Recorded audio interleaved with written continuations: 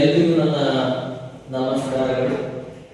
ನನ್ನ BS motivation ಚಾನೆಲ್ಗೆ ಸ್ವಾಗತವನ್ನ ಕೋರುತ್ತಾ ಬೆಳಕಿನ ಹಬ್ಬವಾದ ದೀಪಾವಳಿಯ ಶುಭಾಶಯಗಳನ್ನ ಕೋರುವುದರ ಜೊತೆಗೆ ನಿಮ್ಮೆಲ್ಲರಿಗೆ ಈ ಒಂದು ಹಬ್ಬದಂದು ಬಹುಶಃ ಸಿಹಿ ಸುದ್ದಿಯನ್ನು ನಾವು ಹೇಳಬಹುದು. ಬಹಳ ದಿನಗಳಿಂದ ನೀವು ಕಾತುರರಾಗಿರುವಂತಹ ಶಿಕ್ಷಕರ ಅರ್ಹತಾ ಪರೀಕ್ಷೆಯ ಅಧಿಸೂಚನೆಯನ್ನ ಕೇಂದ್ರೀಕೃತ ದಾಖಲಾತಿ ಘಟಕ ಬೆಂಗಳೂರು ಅವರಿಂದ ಅರ್ಜಿಯನ್ನ ಆಹ್ವಾನಿಸಲಾಗಿದೆ.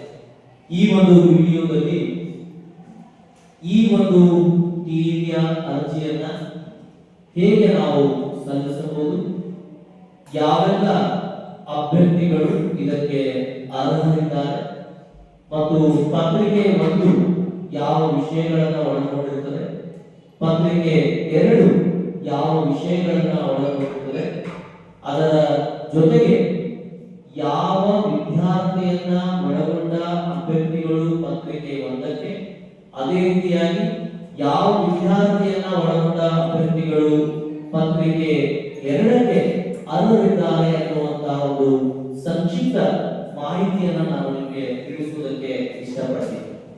ಇದರ ಜೊತೆಗೆ ಮುಂದಿನ ದಿನಗಳಲ್ಲಿ ಸಾಧ್ಯತೆ ನಿರಂತರವಾಗಿ ಟಿಇಟಿಗೆ ಸಂಬಂಧಪಟ್ಟಂತ 10 ಹಲವಾರು ವಿಡಿಯೋಗಳನ್ನ ಈ ಹಿಂದೆ ನಾನು ಅಪ್ಲೋಡ್ ಮಾಡಲಾಗಿದೆ.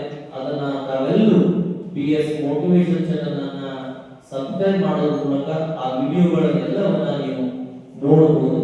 ಕಾರಣಾಂತರಗಳಿಂದ ಬಹಳ ದಿನಗಳ ನಂತರ ಈ ವಿಡಿಯೋನ ಮಾಡ್ತಾ ಇದ್ದೀನಿ, ಅದಕ್ಕೆ ನಿಮ್ಮಲ್ಲಿ ಕ್ಷಮೆ ಇರಲಿ ಅಂತ ಕೇಳ್ತಾ, ಈ ಟಿಇಟಿಯಲ್ಲಿ ತಾವೆಲ್ಲರೂ ಯಶಸ್ಸನ್ನ ಸಾಧಿಸಲಿ, ಆ ಸಾಧಿಸುವುದಕ್ಕೆ ನನ್ನಿಂದ ಆಗುವಂತ ಎಲ್ಲಾ ರೀತಿಯ ಮಾರ್ಗದರ್ಶನವನ್ನ ಕೊಡುವಂತ ಪ್ರಾಮಾಣಿಕ ಪ್ರಯತ್ನವನ್ನ ಮಾಡುತ್ತೇನೆ ಅಂತ ಹೇಳುವುದರ ಜೊತೆಗೆ ಅದಕ್ಕಾಗಿ ನೀವು ಯಾವುದಾದ್ರೂ ಒಂದು ಕೆಲಸವನ್ನ ಆರಂಭಿಸಬೇಕಾದ್ರೆ ನೀವು ಮೊದಲೇ ಗ್ರೇಡ್ ಆಗಿರಬೇಕು ಅನ್ನುವಂತ ಯಾವುದೇ ನಿಯಮ, ಆದರೆ ನೀವು ಆ ಕೆಲಸವನ್ನ ಪ್ರಾರಂಭಿಸಿದರೆ ಒಂದಲ್ಲ ಒಂದು ದಿನ ಗ್ರೇಡ್ ಆಗ್ತೀರಿ ಅನ್ನುವಂತಹ ಒಂದು ಶುಭಾಶಯದ ನುಡಿಯೊಂದಿಗೆ, ಅಂದರೆ ಇಷ್ಟು ದಿನಗಳ ಕಾಲ ನೀವು ಟಿಇಟಿಯ ಅರ್ಹತೆಯನ್ನ ಗಳಿಸದೇ ಇದ್ರೂ ತೊಂದರೆ ಇಲ್ಲ, ಈ ಸಲ ನೀವು ಖಂಡಿತ ಅರ್ಹತೆಯನ್ನ ಗಳಿಸ್ತೀರಿ ಅನ್ನುವಂಥದ್ದು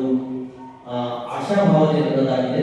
ಇಷ್ಟು ಹೇಳ್ತಾ ಈ ಶಿಕ್ಷಕರ ಅರ್ಹತಾ ಪರೀಕ್ಷೆ 2025ರ ಒಂದು ಸಂಕ್ಷಿಪ್ತ ಮಾಹಿತಿಯನ್ನು ನಾನು ನಿಮಗೆ ತಿಳಿಸ್ಕೊಳ್ತಾ ಇದ್ದೇನೆ.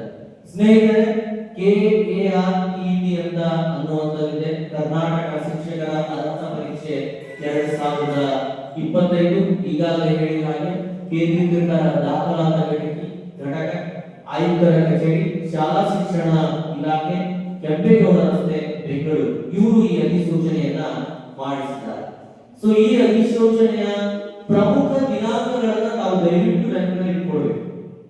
ಏಕೆಂದ್ರೆ ಬಹಳ ಸಲ ಈ ದಿನ ಆರಂಭ ಆಗಿರುವುದು, ದಿನ ಮುಗಿದಿರುವುದೇ ಕೆಲವು ಸಲ ನಮ್ಮ ವಿದ್ಯಾರ್ಥಿಗಳು ಬರೆದಿರುತ್ತಾರೆ. ಈ ಹಿನ್ನೆಲೆಯಲ್ಲಿ ನಿಮಗೆ ಅರ್ಜಿ ಸಲ್ಲಿಸುವಂತ ದಿನ ಮತ್ತು ಈ ಪರೀಕ್ಷೆಯ ದಿನ 2 ದಿನಾಂಕಗಳನ್ನ ಇಲ್ಲಿ ಹೇಳಲಾಗಿದೆ. ದೀಪಾವಳಿ ಹಬ್ಬ ಮುಗಿದ ಮರುದಿನ ಅಂದರೆ ದಿನಾಂಕ 23/10/2025 ನೀವು ಅರ್ಜಿಯನ್ನು ಸಲ್ಲಿಸಬಹುದು. ಕೊನೆಯ ದಿನಾಂಕ ಮುಂದಿನ ತಿಂಗಳು ಅಂದರೆ ನವೆಂಬರ್ 9/11/2025 ವರೆಗೆ. ಸ್ನೇಹಿತರೆ, ದಯವಿಟ್ಟು ಈ ದಿನಾಂಕಗಳನ್ನ ನೀವು ನೆನಪಿಟ್ಟುಕೊಳ್ಬೇಕು ಮತ್ತು ಸಾಧ್ಯವಾದಷ್ಟು 23-24 ಅಂದ್ರೆ ಈ ತಿಂಗಳೊಳಗೆ ಹಾಕುವ ಪ್ರಯತ್ನವನ್ನು ನೀವು ಮಾಡಬೇಕು. ಇದಕ್ಕೆ ಹೆಚ್ಚಿನ ಸಮಯವನ್ನು ಕೊಡೋದ್ರಲ್ಲಿ ಯಾವುದೂ ಅರ್ಥ ಇಲ್ಲ. ನೀವು ಓದುವಿಗೆ ಹೆಚ್ಚಿನ ಸಮಯವನ್ನು ಕೊಡಬೇಕಾಗುತ್ತೆ. ಮತ್ತು ಕೊನೆಯ ದಿನಾಂಕಗಳನ್ನು ನೀವು ಅರ್ಜಿಯನ್ನು ಸಲ್ಲಿಸುವಾಗ ಸರ್ವರ್ ಸಮಸ್ಯೆ ಆಗ್ತದೆ ಅಥವಾ ಯಾವುದೋ ಒಂದು ತಾಂತ್ರಿಕ ದೋಷ ಹೀಗೆ ಆಗುವ ಸಾಧ್ಯತೆಗಳಿವೆ. ಹೀಗಾಗಿ ಸಾಧ್ಯವಾದಷ್ಟು ಬೇಗನೆ ಅರ್ಜಿಯನ್ನು ನೀವು ಸಲ್ಲಿಸಬಹುದು.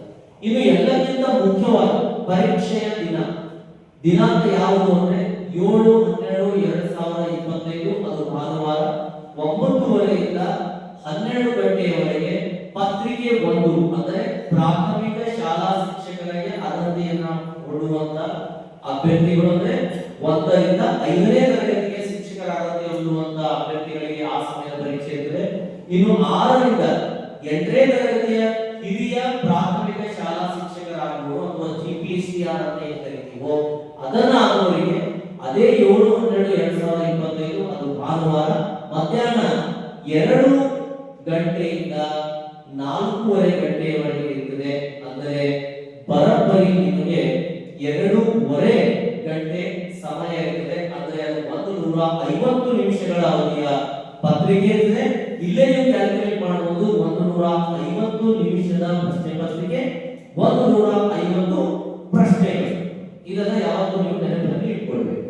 ಇನ್ನು ಸಾಮಾನ್ಯವಾದಂತಹ ಇದು ಮಾಹಿತಿ ಇದೆ. ಯಾವ ಆರ್ಟಿ ಅಂದ್ರೆ ರೈಟ್ ಟು ಎಜುಕೇಶನ್ ಆಕ್ಟ್ ನ ಹಿನ್ನೆಲೆಯಲ್ಲಿ ಅದರ ಅನುಮೋದನೆಗೆ ಒಳಪಟ್ಟು ಈ ಅಧಿಸೂಚನೆಯನ್ನ ರಾಷ್ಟ್ರೀಯ ಶಿಕ್ಷಕರ ಪರಿಷತ್ ಅಂದ್ರೆ NCT national council for teacher education ಅನ್ನುವಂಥದ್ದು 1ರಿಂದ 8ನೇ ತರಗತಿಯವರೆಗೆ ಯಾರೆಲ್ಲ ಶಿಕ್ಷಕರಾಗ್ತೀವೋ ಅವರಿಗೆ ನೀವು ನೇಮಕಾತಿ ಆಗಬೇಕಾದ್ರೆ ಕನಿಷ್ಠ ಅರ್ಹತೆಗಳನ್ನ ನಿಗದಿಪಡಿಸಿದೆ. ಆ ಅರ್ಹತೆಗಳಲ್ಲಿ ಬಹುಮುಖ್ಯವಾಗಿರುತ್ತೆ ಶಿಕ್ಷಕರ ಅರ್ಹತಾ ಪರೀಕ್ಷೆ ಅನ್ನುವಂಥದ್ದು ನೀವುಗಳು ತಿಳಿದುಕೊಳ್ಬೇಕು. ಇನ್ನು ಮುಂದೆ ಇದರ ಉದ್ದೇಶಗಳನ್ನು ತಿಳಿದುಕೊಳ್ಳುವಂಥದ್ದು ತುಂಬಾ ಮುಖ್ಯ ಆಗ್ತದೆ. ಸರ್ ಇದನ್ನೆಲ್ಲ ತಿಳಿದುಕೊಂಡು ಏನ್ ಮಾಡೋಣ ಅಂತ ಕೆಲವು ಸಲ ಆಗ್ತದೆ. ಆದ್ರೆ ಸ್ನೇಹಿತರೆ, ನೀವೆಲ್ಲರಿಗೂ ಗೊತ್ತಿರಲಿ, ಯಾವುದೇ ಒಂದು ಕಾರ್ಯವನ್ನ ನಾವು ಮಾಡುವ ಮುಂಚೆ ಅದು ಉದ್ದೇಶಗಳನ್ನ ತಿಳಿದುಕೊಂಡಾಗ ಅದನ್ನ ಸಾಧಿಸುವುದಕ್ಕೆ ನಮಗೆ ಪ್ರೇರಣೆಯನ್ನು ಸಿಗ್ತದೆ ಮತ್ತು ಸಾಧಿಸುವ ಮಾರ್ಗ ಸುಲಭವೂ ಕೂಡ ಆಗ್ತದೆ ಅಂತ ಹೇಳಬಹುದು. ಆ ಹಿನ್ನೆಲೆಯಲ್ಲಿ ಒಂದೆರಡು ವಿಷಯಗಳನ್ನ ನಾವು ಮುಖ್ಯವಾಗಿ ಶಿಕ್ಷಕರ ಶೈಕ್ಷಣಿಕ ಗುಣಮಟ್ಟವನ್ನು ಹೆಚ್ಚಿಸುವಲ್ಲಿ ಈ ಪ್ರಮುಖ ಪಾತ್ರವನ್ನು ವಹಿಸುತ್ತದೆ. ಯಾವುದು? ಶಿಕ್ಷಕರ ಅರ್ಹತಾ ಪರೀಕ್ಷೆ. ಸೊ ಆ ಗುಣಮಟ್ಟವನ್ನ ಹೆಚ್ಚು ಮಾಡುವುದಕ್ಕೆ ಶಿಕ್ಷಕರ ಅರ್ಹತಾ ಪರೀಕ್ಷೆಯನ್ನು ಹಮ್ಮಿಕೊಂಡಿದ್ದಾರೆ.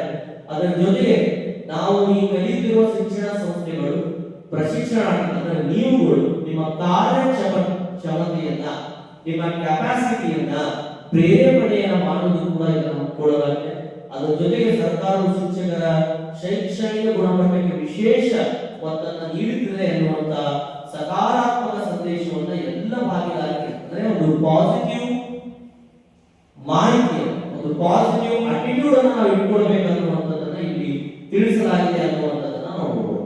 ಇದರ ಜೊತೆಗೆ ಇದು ನಿಮ್ಗೆ ಆಲ್ರೆಡಿ ಗೊತ್ತಿದೆ, ಈ ಶಿಕ್ಷಕರ ಅರ್ಹತಾ ಪರೀಕ್ಷೆಗಳನ್ನ ನಾವು 2011ರಿಂದ ಇದನ್ನ ಎಂದು ಕರೆಯಲಾಗ್ತದೆ. ಅದನ್ನೇ ನಾವು ಈ ಶಾರ್ಟ್ ಫಾರ್ಮ್ ಅಲ್ಲಿ KRTE ಅನ್ನೋ ಒಂದು TET ಅಂದ್ರೆ ಟೀಚರ್ ಎಲಿಜಿಬಿಲಿಟಿ ಟೆಸ್ಟ್ ಅಂತ ಕರೀತೀವಿ, ಅಥವಾ ಕನ್ನಡದಲ್ಲಿ ಶಿಕ್ಷಕರ ಅರ್ಹತಾ ಪರೀಕ್ಷೆ ಎಂದು ನಾವು ಅದನ್ನ ಕರೀತೀವಿ. ಇದರ ವ್ಯಾಖ್ಯಾನಗಳು ಯಾರು ನಡೆಸ್ತಾರೆ, ಹೇಗೆ ನಡೆಸ್ತಾರೆ ಅನ್ನುವಂಥದ್ದರೆ ಈ ಹಿಂದೆ ಇರುವಂತಹ ಸಾರ್ವಜನಿಕ ಶಿಕ್ಷಣ ಇಲಾಖೆಯ ಹೆಸರನ್ನ ಬದಲಾವಣೆಯನ್ನು ಮಾಡಿ ಶಾಲಾ ಶಿಕ್ಷಣ ಮತ್ತು ಸಾಕ್ಷರತಾ ಇಲಾಖೆ ಸಚಿವಾಲಯ ಅನ್ನುವಂಥದ್ದನ್ನ ಮಾಡಿದ್ದಾರೆ. ಇದು ಕೂಡ ನಿಮಗೆ ಗೊತ್ತಿರಬೇಕು. ಇನ್ನು ಎರಡನೇದು ನಾವೇನು CAC ಅಂತ ಸೆಂಟ್ರಲೈಸ್ಡ್ ಅಡ್ಮಿಷನ್ ಸೆಲ್ ಅಂತ ಕರೀತೀವಿ, ಅಥವಾ ಕನ್ನಡದಲ್ಲಿ ಕೇಂದ್ರೀಕೃತ ದಾಖಲಾತಿ ಘಟಕ ಬೆಂಗಳೂರು. ಇದು ಈ ಎಲ್ಲ ಪರೀಕ್ಷೆಯನ್ನ ಸಂಪೂರ್ಣವಾಗಿ ನಡೆಸುವ ಜವಾಬ್ದಾರಿ CAC ಗೆ ಹೊಂದಿದೆ ಎನ್ನುವುದು ಕೂಡ ನಿಮಗೆ ಗೊತ್ತಿರಬೇಕು. ಇದರ ಜೊತೆಗೆ ಶಾಲೆ ಅಂದ್ರೆ ಒಂದು ಶಾಲೆಯನ್ನು ನಡೆಸುವ ಒಂದು ಉದ್ದೇಶಕ್ಕಾಗಿ RT 2000 ರೈಟ್ ಟು ಎಜುಕೇಶನ್ 2009ರ ಪ್ರಕಾರ KRTE ಅನ್ವಯವಾಗುವ ಎಲ್ಲ ಶಾಲೆಗಳಿಗೆ ನೀವು ಅಂದ್ರೆ ಅರ್ಹತೆಯನ್ನು ಪಡೆದರೆ ಆ ಎಲ್ಲ ಶಾಲೆಗಳಿಗೆ ನೀವು ಬೋಧನೆಯನ್ನು ಮಾಡಬಹುದು ಅನ್ನುವಂಥದ್ದಿದೆ. ಇನ್ನು KRTE ಅಂದ್ರೆ ಕರ್ನಾಟಕ ಶಿಕ್ಷಕರ ಅರ್ಹತಾ ಪರೀಕ್ಷೆ ಅಂತ ಹೇಳೋದು ಇದು ಸಾಮಾನ್ಯವಾಗಿರುವಂತಹ ವಿಷಯ. ಅದರ ಜೊತೆಗೆ ನಾವು ನಮ್ಮ ಪರಿಶಿಷ್ಟ ಜಾತಿ, ಪರಿಶಿಷ್ಟ ಪಂಗಡಗಳು ಅನ್ನೋದ್ರ ಬಗ್ಗೆ ಮಾಹಿತಿ ಇದೆ. ಇನ್ನು ಇದ್ರ ಜೊತೆಗೆ ವಿಶೇಷ ಚೇತನವುಳ್ಳ ಅಭ್ಯರ್ಥಿಗಳು ಕೂಡ ಈ ಒಂದು ಪರೀಕ್ಷೆಗೆ ಹಾಜರಾಗಬಹುದು. ಅವರಿಗೆ ಅದರದೇ ಆದಂತಹ ವಿನಾಯಿತಿಗಳು ಕೂಡ ಇರುವಂತದನ್ನ ನಾವು ನೋಡಬಹುದು. ಇದು ಸಾಮಾನ್ಯವಾಗಿ ಒಂದು ಅರ್ಹತೆ ಅಂದ್ರೆ ಈಗಾಗಲೇ national council for teacher education ಅಥವಾ ರಾಷ್ಟ್ರೀಯ ಶಿಕ್ಷಕರ ಪರಿಷತ್ ಏನಿದೆಯೋ ಅದರ ಒಂದು ಅಧಿಸೂಚನೆಯ ಮುಖಾಂತರ ನಾವು ಯಾಕೆ TET ಮಾಡಬೇಕು, ಏನು ಎತ್ತ ಅನ್ನುವಂತ ಒಂದು ಆದೇಶ ಸಂಖ್ಯೆ ಇರುವಂತದನ್ನ ನಾವು ನೋಡಬಹುದು. ಇನ್ನು ಸ್ನೇಹಿತರೆ, ಮುಖ್ಯವಾಗಿ ನೀವು TET ಅಪ್ಲಿಕೇಶನ್ ಹಾಕುವಾಗ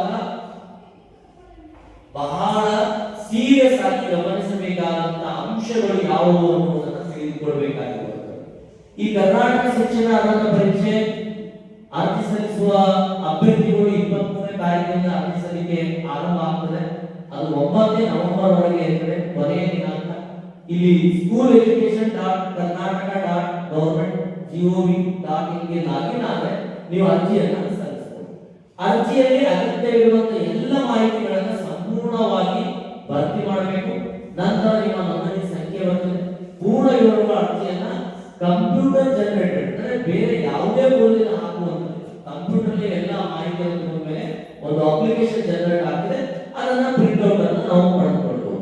ಇದು ಸೇರಿದರೆ ಇನ್ನೊಂದು ವಿಶೇಷ ಮಾಹಿತಿ, ಅಭ್ಯರ್ಥಿಗೆ ಒಂದಕ್ಕಿಂತ ಹೆಚ್ಚು ಅರ್ಜಿ ಸಲ್ಲಿಸಿದಲ್ಲಿ ಅವರ ಹೆಚ್ಚುವರಿಯಾಗಿ ನೀವೇನ್ ಮಾಡಲು ಸಲ್ಲಿಸುವ ಅರ್ಜಿಗೆ ಪ್ರತ್ಯೇಕ ಶುಲ್ಕ, ಆ ಶುಲ್ಕದ ಕೆಳಗಡೆ ಇದೆ, ಪ್ರತ್ಯೇಕ ಶುಲ್ಕವನ್ನು ಕಟ್ಟಬೇಕು. ಒಂದು ಅರ್ಜಿ ಹಾಕಿ ಆಶ್ರಯ ಕಟ್ಟಿ ಮುಗಿದು ಇಲ್ಲ, ಅದಕ್ಕೂ ಕೂಡ ಏನ್ ಮಾಡಬೇಕು, ಪ್ರತ್ಯೇಕ ಅರ್ಜಿ. ಅಂದ್ರೆ ನಿಮಗೆ ಗೊತ್ತಿರುವಂತೆ ಇಲ್ಲಿ 1ರಿಂದ 5ನೇ ತರಗತಿಗೆ ಬೋಧಿಸುವ ಪ್ರಾಥಮಿಕ ಶಾಲಾ ಶಿಕ್ಷಕರಿಗೆ ಪೇಪರ್ 1 ಪತ್ರಿಕೆ ಇದೆ.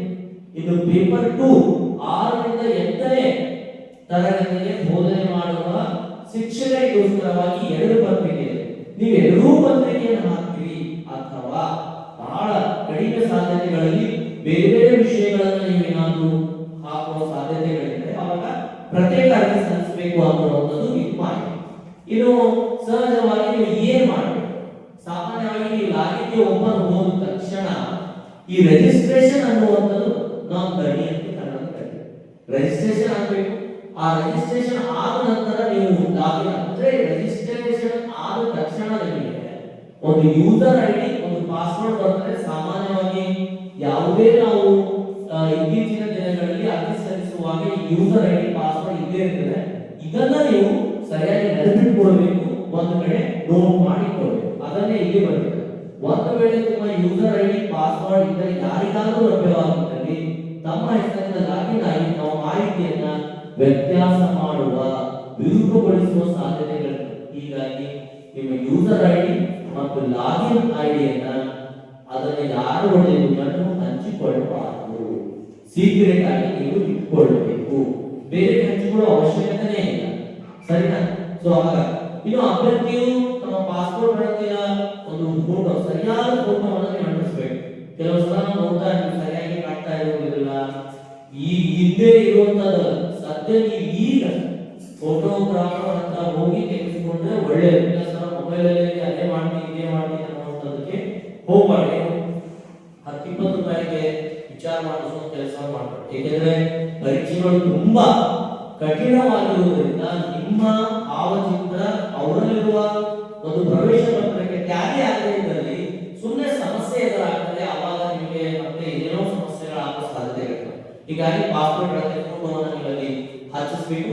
ಆಮೇಲೆ ಆನ್ಲೈನ್ ಅರ್ಜಿಗಳನ್ನ ವೆಬ್ಸೈಟ್ ಅಲ್ಲಿ ಲಾಗಿನ್ ಆಗಬೇಕು. ಆಮೇಲೆ ಏನಾಗ್ತದೆ, ಅರ್ಜಿ ಶುಲ್ಕ ಪಾವತಿಯಾದಂತ 2 ದಿನಗಳ ನಂತರ ಪೇಮೆಂಟ್ ಸ್ಟೇಟಸ್ ಅನ್ನು ನೀವು ಪೆಂಡಿಂಗ್ ಅಂತ ಕಂಡು ಬಂದಲ್ಲಿ ನೀವು ಖಾತೆಗೆ ಸಂಪರ್ಕಿಸಬಹುದು. ಹೀಗೆ ಆಗುವ ಸಾಧ್ಯತೆಗಳು ಕಡಿಮೆ. ಮತ್ತೆ ಈ ಹಣ ವರ್ಗಾಯಿಸುವಂತ ಎಲ್ಲ ಆಪ್ಷನ್ ನಿಮ್ಮ ಆನ್ಲೈನ್ ಪೇಮೆಂಟ್ ಅಂತ ಹೇಳಿದ್ದಾರೆ. ಅಂದ್ರೆ ನೀವು ನಿಮ್ಮ ಡೆಬಿಟ್ ಕಾರ್ಡ್, ಕ್ರೆಡಿಟ್ ಕಾರ್ಡ್ ಮೂಲಕ ಮಾಡಬಹುದು ಅಥವಾ ಚಾನಲ್ ಅನ್ನು ಜನರೇಟ್ ಮಾಡಿ SBI ಬ್ಯಾಂಕ್ ಅಲ್ಲಿ ಹೋಗಿ ತುಂಬಲು ಎರಡೂ ರೀತಿಯ ಅವಕಾಶಗಳನ್ನು ಕೊಡಲಾಗಿದೆ. ನೀವು ಸಾಧ್ಯದ ಆನ್ಲೈನ್ ಪೇಮೆಂಟ್ ಮಾಡಿದ್ರೆ ಒಳ್ಳೆ, ತೊಂದರೆ ನಿಮಗೆ ಹೇಗೆ ಅವಕಾಶ ಇದೆ ಹಾಗೆ ಮಾಡಿ. ಇದು ನೆಕ್ಸ್ಟ್ ಅಭ್ಯರ್ಥಿಗಳು ಅತ್ಯಂತ ಜಾಗರೂಕತೆಯಿಂದ ಆನ್ಲೈನ್ ಅರ್ಜಿಯನ್ನ ನಾವು ಹಾಕೊಳ್ಳುವುದನ್ನ ಅದರ ಕಡೆಗೆ ನಾವು ಗಮನವನ್ನ ವಹಿಸಿಕೊಳ್ಬೇಕು. ಆಮೇಲೆ ಎಲ್ಲವನ್ನ ತುಂಬಿದ ಮೇಲೆ ಸಬ್ಮಿಟ್ ಅನ್ನುವಂತ ಬಟನ್ ಅನ್ನು ಒತ್ತಬೇಕು. ಓಕೆ, ಇಷ್ಟು ಆದ್ಮೇಲೆ ಇಲ್ಲಿ ಪರೀಕ್ಷಾ ಶುಲ್ಕದ ವಿವರ ಇದೆ ನೋಡಿ. ನಮ್ಮ ವರ್ಗಗಳಿಗೆ ಅನ್ವಯ ಆಗುವಂತೆ ನೀವು ಸಪೋಸ್ ಜನರಲ್ ಅಂದ್ರೆ ಸಾಮಾನ್ಯ ಅಥವಾ 2A 2B 3A 3B ಯಾರೇ ಆಗಿದ್ರು ಪತ್ರಿಕೆ 1 ಅಥವಾ 2 ಎರಡರಲ್ಲಿ 1 ನೀವು ಹಾಕ್ತೀರಿ ಅಂದ್ರೆ 700 ರೂಪಾಯಿ, 2 ಸೇರಿಸಿ ನೀವು ಹಾಕ್ತೀರಿ ಅಂದ್ರೆ 1,000 ರೂಪಾಯಿನ ನೀವು ತುಂಬಬೇಕು. ಅಂದ್ರೆ ಆ ಅಪ್ಲಿಕೇಶನ್ ಅಲ್ಲಿ ಪತ್ರಿಕೆ 1 ಮತ್ತು 2 ಹಾಕ್ತೀರಿ ಅಂದ್ರೆ ಕೊನೆ ಜನರೇಟ್ 1,000 ರೂಪಾಯಿ ಆಗುತ್ತೆ ಆಟೋಮೆಟಿಕ್ ಆಗಿ. ಪ್ರತ್ಯೇಕ ಅರ್ಜಿ ವಿಷಯ ಅಂದ್ರೆ ಬೇರೆ ವಿಷಯವನ್ನ ಹಾಕ್ತಾ ಇದ್ರೆ ಪ್ರತ್ಯೇಕ ಅರ್ಜಿ ಅಂತ ಅರ್ಥ ಆಯ್ತಾ? ಈ ಪತ್ರಿಕೆ 1 ಮತ್ತು 2 ಹಾಕೋದಕ್ಕೆ ಪ್ರತ್ಯೇಕ ಅರ್ಜಿ ಇಲ್ಲ. ಅರ್ಜಿಯಲ್ಲಿರುತ್ತದೆ, ಅದರಲ್ಲಿ ಪತ್ರಿಕೆ 1 ಅಂತಾನು ಟಿಕ್ ಮಾಡಬೇಕು, ಪತ್ರಿಕೆ 2 ಅಂತಾನು ಕಟ್ ಮಾಡಬೇಕು. ಮತ್ತೆ ಅದಕ್ಕೂ ಕೂಡ ವಿದ್ಯಾರ್ಥಿ ಇದೆ, ಅದನ್ನು ಮುಂದೆ ಹೇಳ್ತಾ ಹೋಗ್ತೀನಿ ನಾನು. ಅಷ್ಟೇ. ಇನ್ನು SC ST ಮತ್ತು ಪ್ರವರ್ಗ 1 ಇದ್ದವರಿಗೆ 350 ರೂಪಾಯಿ, ಪತ್ರಿಕೆ 1 ಇದ್ರು 350, ಪತ್ರಿಕೆ 2 ಇದ್ರು 350. ಎರಡೂ ಹಾಕ್ತೀವಿ ಅಂದ್ರೆ ಅವರ ವಿನಾಯಿತಿ 500 ರೂಪಾಯಿ. ಇನ್ನು ಯಾರಾದ್ರೂ ಫಿಸಿಕಲ್ ಹ್ಯಾಂಡಿಕ್ಯಾಪ್ ಅಂತ ನಾವೇನ್ ಕರೀತೀವೋ ಅಂತ ಅಭ್ಯರ್ಥಿಗಳಿಗೆ ಅವರಿಗೆ ಸಂಪೂರ್ಣವಾಗಿ ಯಾವುದೇ ರೀತಿಯ ಪರೀಕ್ಷಾ ಶುಲ್ಕ ಇರಲ್ಲ. ಆದರೆ ನಿಮ್ಮ ಅದಕ್ಕೆ ದೃಢೀಕರಿಸಿದ ಒಂದು ಪ್ರಮಾಣ ಪತ್ರವನ್ನು ನೀವು ಅಲ್ಲಿ ಅಪ್ಲೋಡ್ ಮಾಡಲೇಬೇಕು. ಅವಾಗ ನೀವೇನ್ ಮಾಡಬಹುದು ಅಂದ್ರೆ ಫ್ರೀ ಯಾಕೆ. ಇದು ನೆಕ್ಸ್ಟ್ ಇಲ್ಲಿ ನೋಡಿ, ಈಗಾಗಲೇ ಹೇಳಿದಾಗೆ ನೀವು ಹಣವನ್ನು ಯಾವ ಮೋಡ್ ಅಂದ್ರೆ ಯಾವ ರೀತಿಯ ವರ್ಗಾವಣೆಯನ್ನು ಮಾಡಬಹುದು ಅಂದ್ರೆ ಇಂಟರ್ನೆಟ್ ಬ್ಯಾಂಕಿಂಗ್ ಮಾಡಬಹುದು, ಆಲ್ ಬ್ಯಾಂಕ್ಸ್ ಯಾವತ್ತೇ ಬ್ಯಾಂಕ್ ಇರಲಿ, ಹೌದಾ. ಅವಾಗ ನೀವು 500 ರೂಪಾಯಿ ಪೇಮೆಂಟ್ ಮಾಡಬೇಕಾದ್ರೆ 5 ರೂಪಾಯಿ ಎಕ್ಸ್ಟ್ರಾ ಚಾರ್ಜ್, ಅಂದ್ರೆ 505 ರೂಪಾಯಿ ಕಟ್ಟ. ಇನ್ನು ಅದಕ್ಕಿಂತ ಹೆಚ್ಚು ಅಂದ್ರೆ 1000 ರೂಪಾಯಿ ಇದ್ರೆ 10 ರೂಪಾಯಿ ಕಟ್ಟ. ಹಾಗೆ ಇನ್ನು ಡೆಬಿಟ್ ಕಾರ್ಡ್, ಅದರಲ್ಲಿ ಮಾಸ್ಟರ್ ಕಾರ್ಡ್ ಅಂತ ಎಲ್ಲ ಇದೆ, ಅದು ಅಪ್ ಟು 2000 ಇದ್ರೆ 75% ಅಬೌವ್ ಟ್ರಾನ್ಸಾಕ್ಷನ್ ಇದ್ರೆ ಆಗ್ತದೆ. ಇನ್ನು ಅಬೌವ್ 2000 ಇದ್ರೆ 90% ಆಗ್ತದೆ ಅನ್ನುವಂಥದ್ದು. ಇನ್ನು ವೀಸಾ, ಡೆಬಿಟ್ ಕಾರ್ಡ್ ಇವೆಲ್ಲ ಇದೆ. ಇನ್ನು ಚಲನ್ ಕೂಡ ಬೆಟರ್ ನೀವು ಗೋಪಾಲ್ ಮೂವಿ 2 ಆಪ್ಷನ್ಸ್ ಹೋಗಬೇಕು. ಒಂದು ನೀವು ನಿಮ್ಮ ಇಂಟರ್ನೆಟ್ ಬ್ಯಾಂಕಿಂಗ್ ಮೂಲಕ ಮಾಡ್ಕೊಳ್ಬೇಕು, ಅಥವಾ ಬೆಸ್ಟ್ ಅಂದ್ರೆ ಏನಂದ್ರೆ ಈ ಸ್ಟೇಟ್ಮೆಂಟ್ ಆಫ್ ಇಂಡಿಯಾ ಚಾನಲ್ ನೀವು ಹೋಗಬೇಕು. ಯಾಕಂದ್ರೆ ಕೆಲವೊಂದು ಸಲ ಹಣ ಕಟ್ ಆಗಿರ್ತದೆ, ಹಣ ಅವರು ವರ್ಗಾವಣೆ ಪೆಂಡಿಂಗ್ ಇರ್ತದೆ, ಮತ್ತೆ ಫೋನ್ ಮಾಡಬೇಕು, ಸೊ ಅಂಡ್ ಸೊ ಏನೋ ಇರ್ತದೆ ಹೆಚ್ಚು ಕಡಿಮೆ. ಸೊ ಅದಕ್ಕಾಗಿ ನೀವು ಆ ರೀತಿ ಮಾಡಿದ್ರೆ ಒಳ್ಳೆಯದು.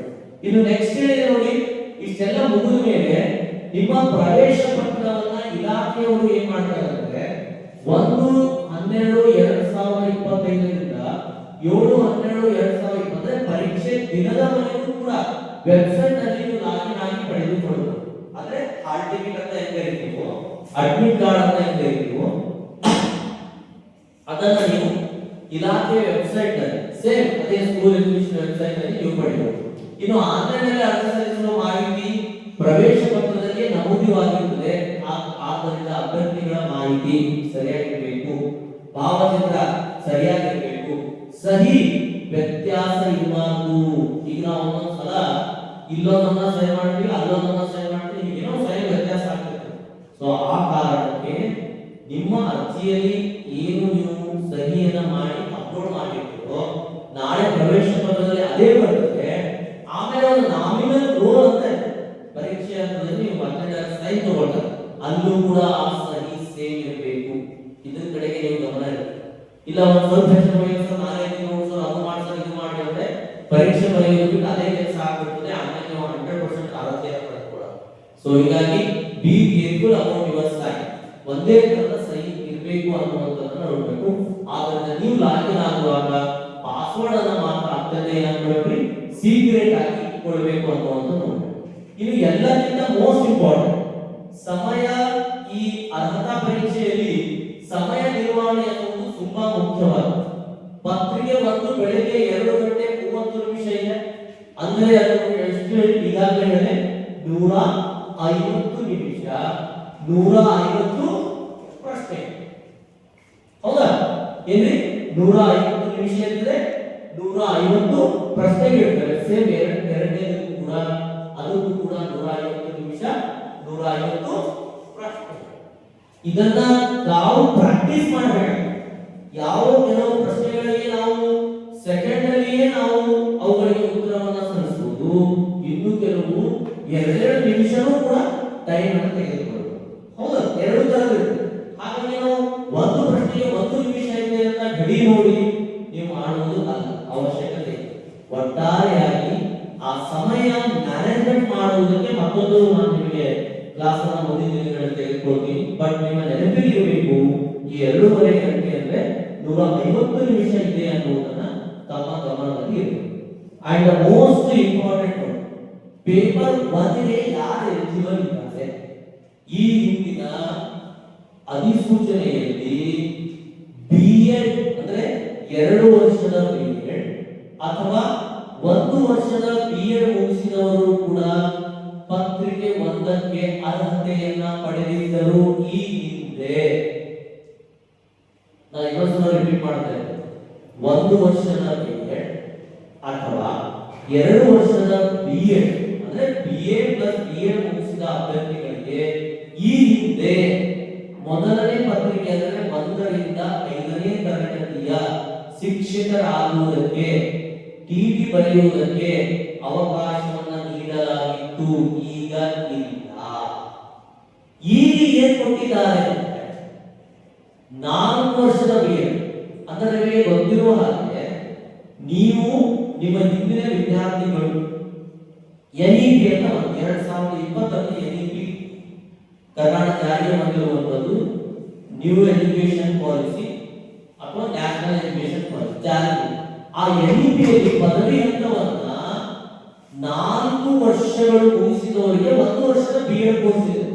ಬಟ್ ಅದು ಈ ನಮ್ಮ ಕಡೆ B.Ed ಅವರು ಮುಗಿಸಿದವರಿಗೆ ಅದು ಒಂದು ಅಥವಾ ಯಾರು 4 ವರ್ಷದ B.Ed ಅಂದ್ರೆ ಅದು ITEP ಅಂತ ಬರುತ್ತೆ, ಇಂಟಿಗ್ರೇಟೆಡ್ ಟೀಚರ್ ಎಜುಕೇಶನ್ ಪ್ರೋಗ್ರಾಮ್ ಅಂತ. ಅದು ಇನ್ನೂ ನಮ್ಮ ಭಾಗದ ಕಡೆಗೆ ಜಾರಿ ಆಗಿಲ್ಲ. ಕೆಲವೊಂದೇ ಕಾಲೇಜುಗಳಿವೆ ಇನ್ನೂ ಅದನ್ನ ಅಡ್ಮಿಷನ್ ಪಡೆದು ಆ ITEP ಅನ್ನ 4 ವರ್ಷದ B.Ed ಮುಗಿಸಿದವರು 1 ರಿಂದ 5ನೇ ತರಗತಿಯ ಶಿಕ್ಷಕರಾಗುವಂತಹ ಅರ್ಹತೆಯನ್ನ ಪಡೆದಿದ್ದಾರೆ. ನೀವು ಅಲ್ಲ. ನೀವು means BA B.Ed 1 ವರ್ಷದಾಗಿರ್ಬೋದು, BA B.Ed 2 ವರ್ಷದಾಗಿರ್ಬೋದು. ನೀವು ಪ್ರಾಥಮಿಕ ಶಾಲಾ ಶಿಕ್ಷಕರಿಗೆ ಟಿಟಿ ಬರೆಯುವುದಕ್ಕೆ ಮತ್ತು ನಾಳೆ ಶಿಕ್ಷಕರಾಗುವ ಅರ್ಹತೆ ನಿಮಗೆ ಇಲ್ಲ. ಯಾರಿಗಿದೆ? ಯಾರು TCH, D.Ed, DLED ಅದರ ಹೆಸರು ಬೇರೆ ಬೇರೆ ಆಗಿದೆ ಕೆಲವು ಸಂದರ್ಭಗಳು. ಡಿಪ್ಲೊಮಾ ಇನ್ ಎಜುಕೇಶನ್ ಅಥವಾ TTI ಅಂತ ಹೇಳ್ತೀವಿ. ಅವರು ಮಾತ್ರ 1 ರಿಂದ 5ನೇ ತರಗತಿಗೆ ಪ್ರಾಥಮಿಕ ಶಾಲಾ ಶಿಕ್ಷಕರಾಗುವುದಕ್ಕೆ ಮತ್ತು 1ನೇ ಪತ್ರಿಕೆಯನ್ನು ಬರೆಯುವಂತ ಅರ್ಹತೆಯನ್ನು ಪಡೆದುಕೊಂಡಿದ್ದಾರೆ. ಇದು ನಿಮ್ಮ ದಯವಿಟ್ಟು ನಿಮ್ಮ ಗಮನಕ್ಕೆ ಇರಲಿ. ಇದರ ಜೊತೆಗೆ ಅಂದ್ರೆ ಈಗ ಕಲಿಯುತ್ತಿರುವ B.Ed ಅಥವಾ ಇದ್ದಾನೆ ಮುಗಿಸಿರುವ B.Ed ಅವರಿಗೆ ಪತ್ರಿಕೆ 1 ಬರೆಯುವ ಅವಶ್ಯಕತೆ ಅರ್ಹತೆ ಇಲ್ಲ. ಆದರೆ ಇನ್ನೂ ಈ D.Ed ಪ್ರವೇಶ ಪಡೆದವರು D.Ed ಮುಗಿದವರು ಕೂಡ ಪತ್ರಿಕೆ 1ನ TTಯನ್ನು ಅಪ್ಲಿಕೇಶನ್ ಹಾಕಬಹುದು. ನಮ್ಮ ಶಿಕ್ಷಣ ಮುಗಿದ ಮೇಲೆ ಹಾಕಬೇಕನ್ನೋ ರೂಲ್ಸ್ ಇಲ್ಲ. ಜಸ್ಟ್ ನೀವು ಅಡ್ಮಿಷನ್ ಮಾಡಿದ್ರು ಕೂಡ ನೀವು ಏನ್ ಮಾಡಬಹುದು? ಅಪ್ಲಿಕೇಶನ್ ಅನ್ನು ಹಾಕಬಹುದು. ಇದು ಪತ್ರಿಕೆಗೆ 1ಕ್ಕೆ ಸಂಬಂಧಪಟ್ಟಂತೆ ಇರುವಂತ ಮಾಹಿತಿ. ಇಲ್ಲಿ ನೋಡಿ, ಡಿಪ್ಲೊಮಾ ಇನ್ ಎಜುಕೇಶನ್ 50% ಪಡೆದಿರಬೇಕು. ಸಾಮಾನ್ಯವಾಗಿ ಎಲ್ಲರೂ 50% ಫಲಿತಾಂಶ ಇದೆ, ಅದರಲ್ಲಿ ಡೌಟ್ ಬೇಡ. ಸೊ ಅವರು ಅರ್ಥ ಆಯ್ತಾ? ಆದರೆ BA B.Ed 1 ವರ್ಷದ, BA B.Ed 2 ವರ್ಷದ ಅಥವಾ BSc B.Ed ಅಥವಾ BCom B.Ed ಅರ್ಥ ಆಯ್ತಾ? ಇವು ಯಾರು ಕೂಡ ಈ ಮೊದಲನೇ ಪತ್ರಿಕೆಯನ್ನ ಹಾಕುವುದಕ್ಕೆ ಅರ್ಹರಲ್ಲ, ಅವಕಾಶ ಇಲ್ಲ. ಕ್ಲಿಯರ್? ಇದ್ರ ಬಗ್ಗೆ ತಾವು ದಯವಿಟ್ಟು ನಿಮ್ಮ ನೆನಪಿನಲ್ಲಿ ತಾವುಗಳು ಇಟ್ಕೊಳ್ಬೇಕು. ಸರಿನಾ? ಸೊ ಇದು ಮುಖ್ಯವಾಗಿ ಮತ್ತೆ ಇನ್ನೊಂದು ತಾವು ಗಮನದಲ್ಲಿಟ್ಕೊಳ್ಬೇಕು. ವಿಶೇಷವಾಗಿ ಅತಿ ಶೀಘ್ರದಲ್ಲಿ ಪ್ರಾಥಮಿಕ ಶಾಲಾ ಶಿಕ್ಷಕರ ನೇಮಕಾತಿ ಬಹಳ ವರ್ಷಗಳಿಂದ ಆಗಿಲ್ಲ. ಅತಿ ಶೀಘ್ರದಲ್ಲಿ ಆಗುವ ಎಲ್ಲಾ ಸಾಧ್ಯತೆಗಳು ಇವೆ. ಆದರೆ BA B.Ed, BSc B.Ed 1 ವರ್ಷದ ಅಥವಾ 2 ವರ್ಷದ ಈ ಹಿಂದೆ TT ಅರ್ಹತೆಯನ್ನು ಪಡೆದಿದ್ದರೂ ಕೂಡ ನೀವು ಆ ಶಿಕ್ಷಕರಾಗುವುದಕ್ಕೆ ಅರ್ಹತೆ ಇಲ್ಲ. D.Ed ಮುಗಿದವರಿಗೆ ಮಾತ್ರ ಅರ್ಹತೆ. ಕ್ಲಿಯರ್? ಸೊ ಹೀಗಾಗಿ ನೀವು ಕೇವಲ ಹಿರಿಯ ಪ್ರಾಥಮಿಕ ಶಿಕ್ಷಕರಾಗುವುದಕ್ಕೆ ಅರ್ಹತೆಯನ್ನು ಗಳಿಸಿ. ಓಕೆ? ಇನ್ನು ಅದರ ನೆಕ್ಸ್ಟ್ ಎರಡನೇದಾಗಿ 6 ರಿಂದ 8ನೇ ತರಗತಿಯ ಶಿಕ್ಷಕರಾಗುವಂತ ವಿದ್ಯಾರ್ಥಿಗಳು, ಅದನ್ನ ಬೋಧನೆ ಮಾಡುತ್ತಿರುವ ವಿದ್ಯಾರ್ಥಿಗಳಿಗೆ ಏನಿದೆ ಅಂತಂದ್ರೆ, ನಾವುಗಳು ಆ ಒಂದು ಅಲ್ಲಿ ಬೇಕಾದರೆ ಅವರಿಗೆ ಅವಕಾಶ ಇದೆ. ಯಾರು D.Ed TCH ಅನ್ನು ಮುಗಿಸಿ ಪದವಿಯನ್ನು BA BSc ಸೆಕೆಂಡ್ ಪದವಿ ಮುಗಿಸಿದ್ರೆ ಆಗಲು 6ರಿಂದ 8ನೇ ತರಗತಿಯ ಶಿಕ್ಷಕರಾಗಲೂಬಹುದು ಮತ್ತು ಪತ್ರಿಕೆ 2 ಬರೆಯಲೂಬಹುದು. ಮತ್ತೆ ಸಾಮಾನ್ಯವಾಗಿ 6ರಿಂದ 8ನೇ ತರಗತಿಯವರೆಗೆ BA ಪ್ಲಸ್ B.Ed ಆದರೂ ಬರೀಬಹುದು, BSc B.Ed ಆದರೂ ಬರೀಬಹುದು, 1 ವರ್ಷದ ಆದರೂ ಬರೀಬಹುದು, 2 ವರ್ಷದ ಆದರೂ ಬರೀಬಹುದು. ಆ 4 ವರ್ಷದ ಬಗ್ಗೆ ಪ್ರಶ್ನೆ ಅದು ಇನ್ನೂ ಸ್ಟಾರ್ಟ್ ಆಗಿಲ್ಲ, ಇನ್ನು ಮುಗಿಯುವುದಂತೂ ಇನ್ನು ಬಹಳ ದೂರದ ವಿಷಯ. ಸೊ ಹೀಗಾಗಿ ಈ ಅರ್ಹತೆ ವಿಷಯವನ್ನು ತಾವು ಚೆನ್ನಾಗಿ ನೆನಪಿಟ್ಟುಕೊಳ್ಳಬೇಕು. ಇಲ್ಲ ಸರ್ ನಾನು ಪತ್ರಿಕೆ 1 ಪತ್ರಿಕೆ 2 ಕೂಡ ಬರೀತೀನಿ ಅಂದ್ರೆ ನೀವು ಬರೆಯಕ್ಕಾಗಲ್ಲ. D.Ed ಮುಗಿಸಿದ್ರೆ ಬರೀಬಹುದು, B.Ed ಮುಗಿಸಿದ್ರೆ ಬರಲ್ಲ. ಇದನ್ನ ನೆನಪಿಟ್ಕೊಳ್ಬೇಕು.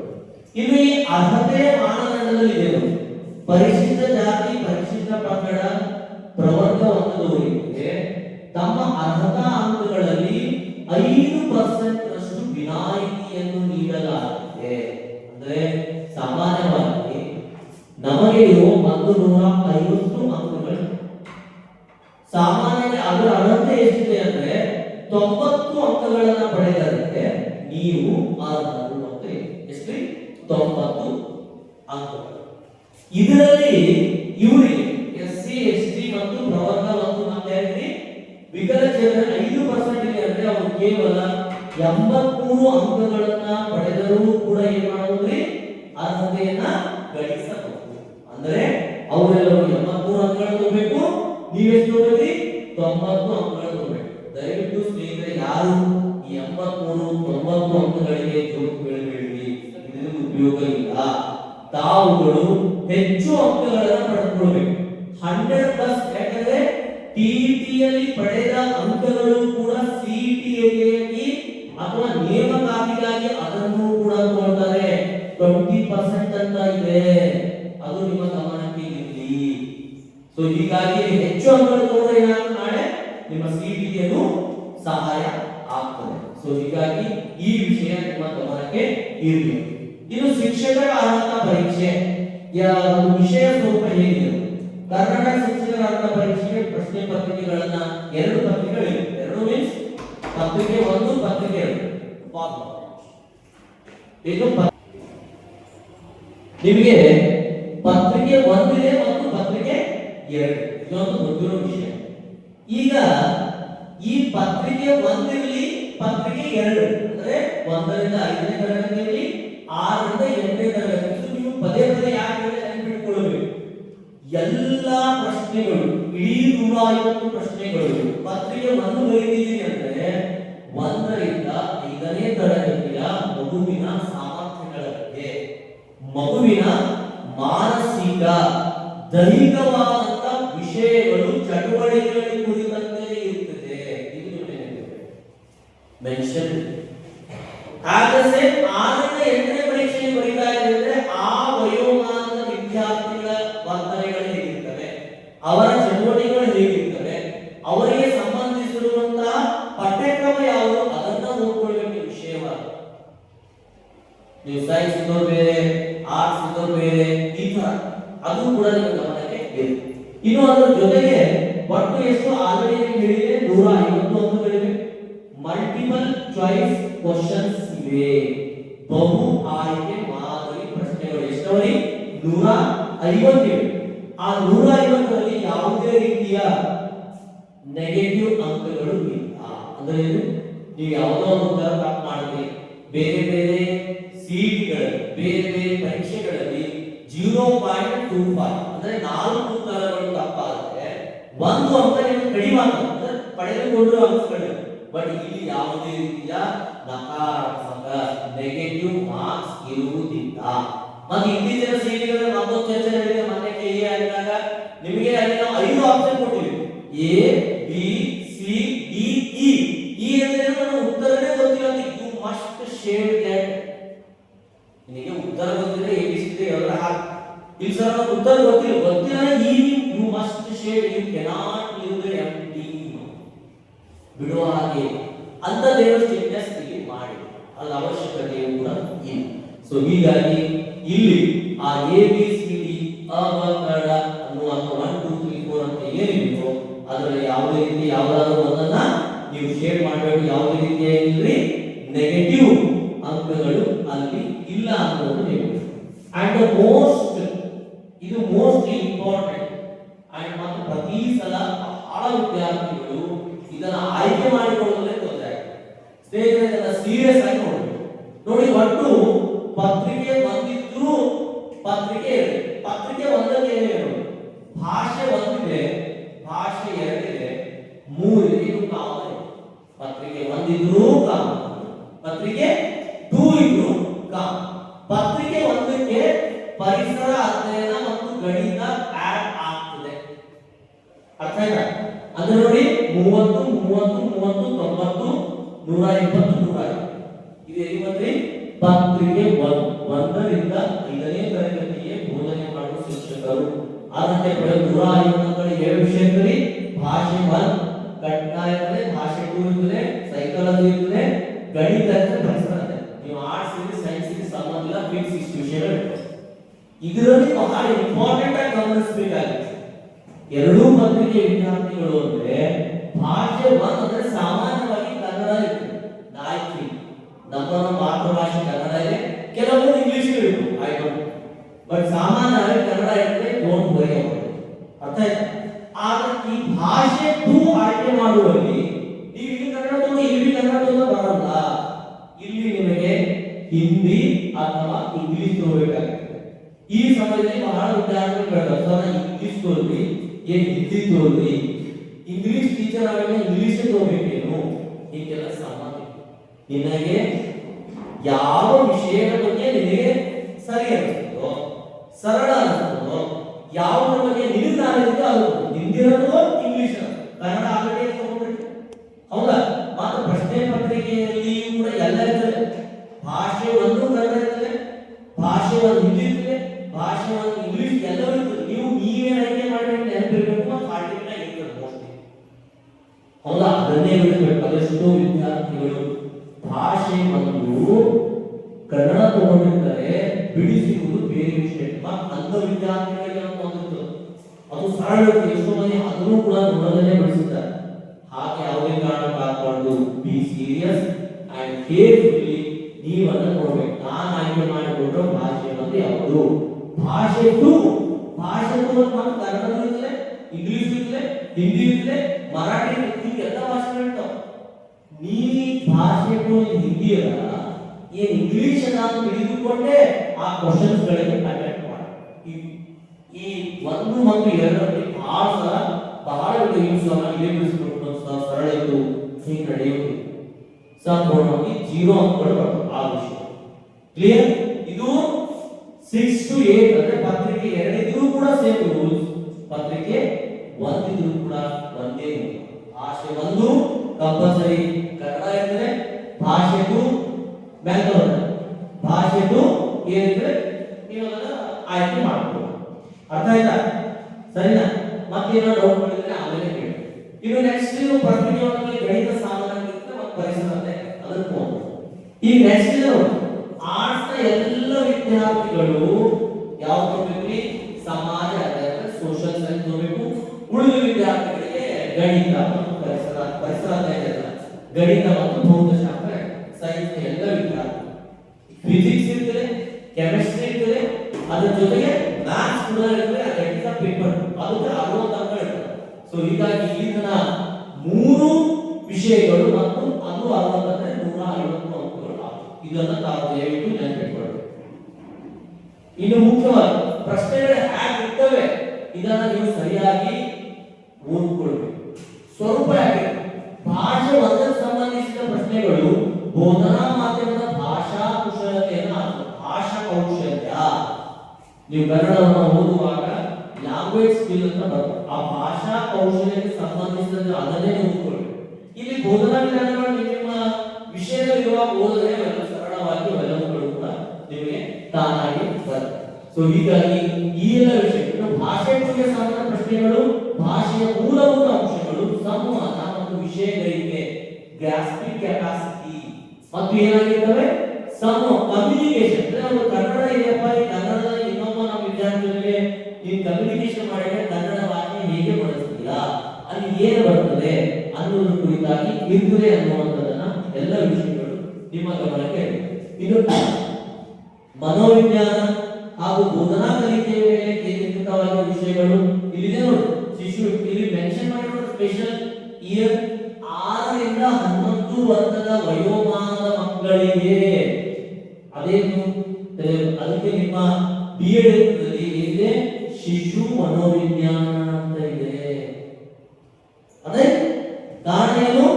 ಈ ವಯಸ್ಸಿನ ಮಕ್ಕಳ ವರ್ತನೆಗಳೇನು, ಕಲಿಕೆಯ ಚಟುವಟಿಕೆಗಳೇನು, ಬುದ್ಧಿಶಕ್ತಿಯ ಪ್ರಮಾಣವೇನು, ಸೃಜನಶೀಲತೆ ಹೇಗೆ, ಎಲ್ಲ ವಿಷಯವು ಇಷ್ಟು ವಯಸ್ಸಿನವರೆಗೆ ನೀವು ಗಮನದಲ್ಲಿರಬೇಕು. ಪೂರ್ತಿ ಅಲ್ಲ ಅದೇ. ಸೊ ಅದು ಕಡೆಗೆ ಗಮನ ಇರಬೇಕು. ಮತ್ತೆ ನಾನು ಈ ಮುಂದೆ ಸೈಕಾಲಜಿ ಪ್ರತಿಯೊಂದು ಸಿಲೆಬಸ್ ಪ್ರಕಾರ ಪ್ರತಿಯೊಂದು ಪಾಠದ ಒಂದೊಂದು ಅಂಶಗಳನ್ನ ನಿಮ್ಮ ವಿವರಣೆಯನ್ನ ನೀಡಲಿಕ್ಕೆ ನಾನು ಪ್ರಯತ್ನ ಮಾಡ್ತೇನೆ. ಇದ್ರ ಜೊತೆಗೆ ಪತ್ರಿಕೆ ಒಂದರಲ್ಲಿ ಗಣಿತ ಮತ್ತು ಪರಿಸರದ ಸಂಬಂಧಿತ ಪ್ರಶ್ನೆಗಳಿರ್ತವೆ.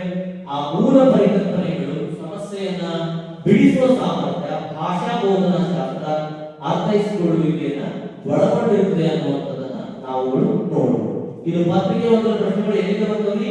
NCERT ಮತ್ತು ರಾಜ್ಯ ಪಠ್ಯಕ್ರಮದ ಅನುಸಾರವಾಗಿ 1 ರಿಂದ 8ನೇ ತರಗತಿಗೆ ಸಂಬಂಧಿಸಿದ ಪಠ್ಯವಸ್ತುವನ್ನು ಆಧರಿಸುತ್ತವೆ.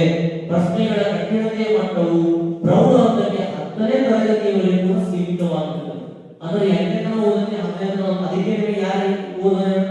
6 ರಿಂದ 10ನೇ ತರಗತಿಯವರೆಗಿನ ನಿಮ್ಮ ವಿಷಯದ ಎಲ್ಲ ಪಾಠ್ಯಪುಸ್ತಕಗಳನ್ನು ಓದಿ ಅಂತ ಹೇಳ್ತಾರೆ. ಅವರು ಕೂಡ ಅದನ್ನೇ ಕೂಡ ಮೆನ್ಷನ್ ಮಾಡ್ತಾರೆ. NCERT ಅಂದ್ರೆ ಇಲ್ಲಿ ಮುಂದೆ ತಿಳಿಸುವ ಅವಶ್ಯಕತೆ ಇಲ್ಲ. ನಮ್ಮ ರಾಜ್ಯ ಪಠ್ಯಕ್ರಮದ ಮೇಲೆ ಏನ್ ಪಠ್ಯಪುಸ್ತಕಗಳು ರಚನೆ ಆಗಿದೆಯೋ ಅವುಗಳನ್ನೇ ಓದಿಕೊಂಡ್ರೆ 100% TET ಅರ್ಹತೆಯನ್ನು ಪಡೆಯುತ್ತೀರಿ ಎನ್ನುವುದನ್ನು ನಾವು ನೋಡ್ತೀವಿ. ಈ ನೆಕ್ಸ್ಟ್ ನೋಡಿ, ಅದೇ ರೀತಿಯಾಗಿ ಈ ಒಂದು 6 ರಿಂದ 8ರವರೆಗೆ ಅಂದ್ರೆ ಹೇಳಿದ್ರು ಇಲ್ಲಿ ಭಾಷೆ ಮತ್ತು ಈಗಾಗಲೇ ಹೇಳಿದ್ದೀನಿ. ಇನ್ನು ಭಾಷೆಗೂ ಕಡ್ಡಾಯ ಹಿಂದಿ ಅಥವಾ ಇಂಗ್ಲಿಷ್ ಆಯ್ಕೆ ಮಾಡಬೇಕು. ಸೈಕಾಲಜಿ ಇರ್ತದೆ ಅಂದ್ರೆ ಶಿಶು ಮನೋವಿಜ್ಞಾನ ಮತ್ತು ಬೋಧನಾ ಕ್ರಮ. ಈ ಬೋಧನಾ ವಿಧಾನಗಳು ಇದರ ಬಗ್ಗೆ ಆಲ್ರೆಡಿ ನಾನು ಈಗಾಗಲೇ ವಿಡಿಯೋ ಮಾಡಿ ಹಾಕಿದ್ದೀನಿ. ಆ ಬೋಧನಾ ವಿಧಾನಗಳನ್ನು ಅಂತರಾವಲೋಕನ ಇರಬಹುದು, ವೀಕ್ಷಣಾ ವಿಧಾನ ಇರಬಹುದು, ಹೌದಾ? ಈ ಎಲ್ಲ ವಿಧಾನಗಳ ಬಗ್ಗೆ ನೀವು ಓದ್ಕೊಳ್ಬೇಕು. ಇನ್ನು ಸೈನ್ಸ್ ಅವರಿಗೆ ಹೇಳಿದ್ರೆ ಗಣಿತ ಮತ್ತು ವಿಜ್ಞಾನ ಇರ್ತದೆ. ವಿಶೇಷವಾಗಿ ವಿಜ್ಞಾನದವರಿಗೆ ಭೌತಶಾಸ್ತ್ರ ಮತ್ತು ರಸಾಯನಶಾಸ್ತ್ರದ ಪ್ರಶ್ನೆಗಳು ಹೆಚ್ಚಿರ್ತವೆ. ಮತ್ತು ಗಣಿತ ಅಂದ್ರೆ ಇವು ಮತ್ತು ಅವು 15 ಇರ್ತವೆ ಅನ್ನೋದಕ್ಕೆ ನಿಮ್ಮ ಗಮನ ಇರಬೇಕು. ಇನ್ನು ಸಮಾಜ ವಿಜ್ಞಾನಗಳು ಬಹಳ ಕಷ್ಟ. ಸಮಾಜ ವಿಜ್ಞಾನದಲ್ಲಿ ಇತಿಹಾಸ ಇರ್ತದೆ, ಭೌತಿಕ ಇರ್ತದೆ, ಭೂಗೋಳ ಇರ್ತದೆ, ಅರ್ಥಶಾಸ್ತ್ರ ಇರ್ತದೆ, ಸಮಾಜಶಾಸ್ತ್ರ ಇರ್ತದೆ, ಇವನ್ ವ್ಯವಹಾರ ಅಧ್ಯಯನದಲ್ಲೂ ಕೂಡ 1-2-3 ಪ್ರಶ್ನೆಗಳು ಇರ್ತವೆ. ತಾವು ದಯವಿಟ್ಟು ಗಮನಿಸಬೇಕು. ಯಾವ ಪುಸ್ತಕ ರೆಫರ್ ಮಾಡಬೇಕು ಅನ್ನೋದು ಪ್ರಶ್ನೆಗೆ ಕೇಳಕ್ ಹೋಗಬೇಡಿ. 6 ರಿಂದ 10ನೇ ತರಗತಿಯ ಎಲ್ಲ ಸಮಾಜ ವಿಜ್ಞಾನ ಪಠ್ಯಪುಸ್ತಕವನ್ನು ಓದಬೇಕು. ಸೈನ್ಸ್ನವರು ಕೂಡ ಗಣಿತ ಮತ್ತು ವಿಜ್ಞಾನದ 6 ರಿಂದ 10ನೇವರೆಗೆ ಎಲ್ಲ ಪಠ್ಯಪುಸ್ತಕಗಳು. ಇದರ ಆಚೆ ಓದೋ ಅವಶ್ಯಕತೆ ಇಲ್ಲ. ಪುಸ್ತಕ ಯಾವ ಬರೆದಿದ್ದಾರೆ, ಏನೋ ಮಾಡಿದ್ದಾರೆ, ರೆಫರ್ ಮಾಡೋ ಅವಶ್ಯಕತೆ ಇಲ್ಲ. ನೀವೇ ಓದಬೇಕು, ನೀವೇ ನೋಟ್ಸ್ಗಳನ್ನ ರೆಡಿ ಮಾಡಿಕೊಂಡು ಓದಿ. Very clear. ಎಸ್. ಸೊ ಇಲ್ಲಿ ಕೂಡ ಪ್ರಶ್ನೆಗಳ ಸ್ವರೂಪ ಇಲ್ಲಿ ಕೂಡ ಪ್ರಶ್ನೆಗಳ ಸ್ವರೂಪ ಏನಾಗ್ತದೆ ಅಂತಂದ್ರೆ ಸೇಮ್ ಭಾಷಾ ಬೋಧನಾ ಕೌಶಲ್ಯ ಇರ್ತದೆ, ಮೂಲಭೂತ ಅಂಶಗಳು, ಶಿಶುವಿನ ಇಲ್ಲಿ ಏಜ್ ಇರ್ತದೆ 11 ರಿಂದ 14 ವರ್ಷ ವಯೋಮಾನದವರೆಗೆ ಇರ್ತವೆ. ಆದರೆ ನೀವು 16 ವರ್ಷದ ಮಕ್ಕಳಿರುವವರೆಗೆ ಏನೇನು ವರ್ತನೆಗಳಾಗ್ತವೆ ಎಲ್ಲವನ್ನ ನೀವು ಓದಬೇಕು. ಅಂದ್ರೆ ನೀವು ಪ್ರೌಢಶಾಲಾ ಅಂತ ನೋಡಿ ಅಲ್ಲಿ ತನ ಇರುವ ವಿದ್ಯಾರ್ಥಿಗಳ ಬಗ್ಗೆ ನೀವೆಲ್ಲವೂ ಓದಬೇಕು. ಮನೋವಿಜ್ಞಾನ ಮತ್ತು ಬೋಧನಾ ವಿಧಾನಗಳು ಮತ್ತು ಕಲಿಕೆಯ ಮೇಲೆ ಏನು ಪ್ರಭಾವ ಬೀರುತ್ತವೆ ಅನ್ನೋ ವಿಷಯಗಳ ಬಗ್ಗೆ ಓದಬೇಕು. ಇನ್ನು ನಿಮ್ಮ ವಿಷಯವಾದ ಗಣಿತ, ವಿಜ್ಞಾನ, ಸಮಾಜ ಪಾಠಗಳು, ಸಮಾಜ ವಿಜ್ಞಾನ ವಿಷಯಕ್ಕೆ ಸಂಬಂಧಪಟ್ಟ ಪ್ರಶ್ನೆಗಳು, ಆ ವಿಷಯದ ಮೂಲ ಪರಿಕಲ್ಪನೆಗಳು, ಅದರ ಸಮಸ್ಯೆ ಏನಿದೆ, ಅದರ ಬಿಡಿಸುವ ಸಾಮರ್ಥ್ಯ ಏನಿದೆಯೋ ಅದನ್ನ ಕಡ್ಡಾಯವಾಗಿ ನೀವು ಓದ್ಕೊಳ್ಬೇಕು. ಇಲ್ಲಿದೆ ನೋಡಿ, ಗಣಿತ ಮತ್ತು ವಿಜ್ಞಾನ ವಿಷಯಗಳಲ್ಲಿ ಪ್ರತಿ ವಿಷಯದಲ್ಲಿ 30 ಪ್ರಶ್ನೆಗಳಿರ್ತವೆ. ಗಣಿತಕ್ಕೆ ಸಂಬಂಧಪಟ್ಟಂತೆ 3 ಪ್ರಶ್ನೆಗಳಿರ್ತವೆ, ವಿಜ್ಞಾನಕ್ಕೆ 30. ಆದರೆ ಸಮಾಜ ವಿಜ್ಞಾನದಲ್ಲಿ ಇತಿಹಾಸಕ್ಕೆ ಎಷ್ಟಿರ್ತಾವ ಸರ್, ಭೂಗೋಳಕ್ಕೆ ಎಷ್ಟಿರ್ತಾವ ಸರ್, ಸಮಾಜಶಾಸ್ತ್ರ ಹೀಗೆ ಇಲ್ಲ. ಯಾವುದೇ ವಿಷಯದಲ್ಲಿರ್ಬೋದು. ಮತ್ತೆ ಇದರಲ್ಲಿ 40 ಪ್ರಶ್ನೆಗಳು ಇತಿಹಾಸ, ಸಮಾಜಶಾಸ್ತ್ರ ಎಲ್ಲ ಸಂಬಂಧಪಟ್ಟ 20 ವಿಷಯಗಳು, 20 ಅಂಕಗಳು ಬೋಧನಾ ವಿಧಾನಗಳಿಗೆ ಸಂಬಂಧಪಟ್ಟಂತೆ ಇರ್ತವೆ. ಅಂದ್ರೆ ಚರ್ಚಾ ವಿಧಾನ ಇರ್ಬೋದು, ಉಪನ್ಯಾಸಗಳಿಗೆ ಚರ್ಚಾ ವಿಧಾನ ಇರ್ಬೋದು, ಯೋಜನಾ ವಿಧಾನ ಇರಬಹುದು, ನಾಟಕೀಕರಣ ಇರಬಹುದು, ಕಥನ ಇರಬಹುದು, ಈ ತರ ಬೋಧನಾ ವಿಧಾನಗಳಿಗೆ 20 ಮಕ್ಕಳು ಇರ್ತವೆ, ಒಟ್ಟು 60 ಮಕ್ಕಳು ಇರ್ತವೆ ಅನ್ನೋದನ್ನ ನೋಡಬಹುದು. ಇನ್ನು ನೆಕ್ಸ್ಟ್ ಪ್ರಶ್ನೆ ಪತ್ರಿಕೆ ಮಾಧ್ಯಮ ಇದೆ. ಇದು ಸಾಮಾನ್ಯವಾಗಿ ಕನ್ನಡ ಮಾಧ್ಯಮದಲ್ಲಿ ಇರ್ತದೆ, ಅಂದ್ರೆ ಎಲ್ಲ ಮಾಧ್ಯಮದಲ್ಲಿ ಇರ್ತದೆ. ನಿಮಗೆ ಯಾವ ಮಾಧ್ಯಮ ಬೇಕು ಕರೆಕ್ಟ್ ಮೆನ್ಷನ್ ಮಾಡಿ. ಬೈ ಚಾನ್ಸ್ ಕ್ಲಿಕ್ ಮಾಡಿ ಇಂಗ್ಲಿಷ್ ಟೈಪ್ ಮಾಡಿ ನಾಳೆ ಇಂಗ್ಲಿಷ್ ಬರೀಬೇಕಲ್ಲಿ, ಬಟ್ ಹಂಗೇನು ವ್ಯತ್ಯಾಸ ಆಗಲ್ಲ. ಕನ್ನಡದಲ್ಲಿ ಏನಿರ್ತದೆ, ಇವನು ಯಾರು, ಹೂ ಇಸ್ ಹಿ ಅಂತ ಇರ್ತದೆ. ಆಪ್ಷನ್ ಕನ್ನಡದಲ್ಲಿ ಕಾಣ್ತದೆ, ಇಂಗ್ಲಿಷ್ ಇರ್ತಾರೆ. ಹೀಗಾಗಿ ಅಂತ ಪ್ರಶ್ನೆಗಳ ಯಾವುದೇ ವ್ಯತ್ಯಾಸ ಇಲ್ಲ. ಬಟ್ ನಾವು ಮಾತ್ರ ಯಾವ ಮಾಧ್ಯಮದಲ್ಲಿ ಬಿಡಿಸಿದೀವೋ ಅದೇ ಮಾಧ್ಯಮದಲ್ಲಿ ಬಿಡಿಸ್ಬೇಕಂದ್ರೆ ಅದೇ ಮಾಧ್ಯಮದಲ್ಲಿ ಸಪರೇಟ್ ವ್ಯವಸ್ಥೆ ಇರಲ್ಲ. ಅಷ್ಟೇ ನೀವು ಕನ್ನಡದಲ್ಲಿ ಏನೋ ಒಂದಿಷ್ಟು ಗೊಂದಲಗಳಿದೆ, ಇಂಗ್ಲಿಷ್ ನಲ್ಲಿರೋ ವರ್ಷನ್ ನೀವು ನೋಡು ಟಿಕ್ ಹಾಕಿದ್ರೆ ಏನು ಪ್ರಾಬ್ಲಮ್ ಏನಿಲ್ಲ. ಬಟ್ ಅವ್ರ ಕಂಡೀಷನ್ ಇದೆ, ಯಾವ ಮಾಧ್ಯಮದಲ್ಲಿ ಹಾಕಿರ್ತೀವಿ ಅದೇ ಮಾಧ್ಯಮದಲ್ಲಿ ನೀವು ಹಾಕಬೇಕು. ಇಲ್ಲಿ ನೋಡ್ರಿ, ಅರ್ಹತಾ ಅಂಕಗಳು ಶಿಕ್ಷಕರ ಪರೀಕ್ಷೆಯ ಪ್ರಮಾಣ ಪತ್ರ ಈಗಾಗಲೇ 5% ಮೀಸಲಾತಿ ಇದೆ. ಅಭ್ಯರ್ಥಿಗಳು ಪರೀಕ್ಷೆಯಲ್ಲಿ ಗರಿಷ್ಠ 60% ಅರ್ಹತಾ ಅಂಕಗಳನ್ನ ಪಡೆದುಕೊಳ್ಳಬೇಕು. 60% ಅಂದ್ರೆ ಎಷ್ಟಾಗ್ತದೆ, 150 60% ಅಂದ್ರೆ 90 ಅಂಕಗಳು. That is 90 marks.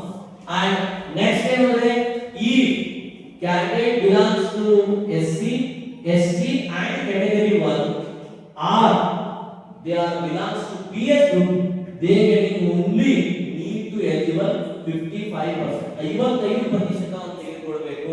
55% ಅಂದ್ರೆ ಅದು 83 ಅಂಕಗಳು ಆಗ್ತದೆ. ಎಷ್ಟಿದ್ರಿ 150ಕ್ಕೆ 83 ಅಂಕಗಳನ್ನು ತಗೊಂಡ್ರೆ ಆತ ಅರ್ಹತೆಯನ್ನು ಪಡೆದುಕೊಳ್ಳದ. ಹೀಗಾಗಿ ಅರ್ಹತೆ ಪೀಳಿಗೆ ಯಾರು ಹೋಗ್ಬಿಡ್ರಿ. ಅದಕ್ಕೆ ನಮ್ಮ ವಾಟ್ಸ್ಆಪ್ ಗ್ರೂಪ್ ಕೂಡ ಟಾರ್ಗೆಟ್ 120 ಅಂತ ಇದೆ. ಅಂದ್ರೆ 120 ಪ್ಲಸ್ ಸ್ಕೋರ್ ಮಾಡಿದ್ರೆ ನಿಮ್ಮ ಹುದ್ದೆಯನ್ನು ಪಡೆಯೋದಕ್ಕೆ ನಿಮಗೆ ಸರಳ ಆಗ್ತದೆ ಅನ್ನೋದನ್ನು ನೀವು ಕೂಡ ನೋಡಿ.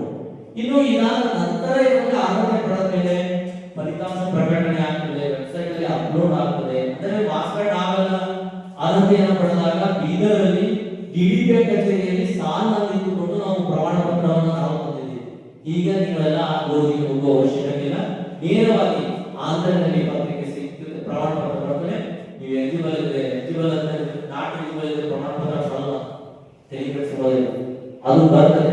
ಸೊ ಅವಾಗ ನೀವು ಆ ಪ್ರಮಾಣ ಪತ್ರವನ್ನು ತಗೊಂಡು ಮತ್ತು ಈ ಪ್ರಮಾಣ ಪತ್ರ ಏನಾಗ್ತದೆ ಅಂತಂದ್ರೆ ಜೀವಿತ 7 ವರ್ಷ 5 ವರ್ಷ ಎಲಿಜಿಬಿಲಿಟಿ ಇಲ್ಲ.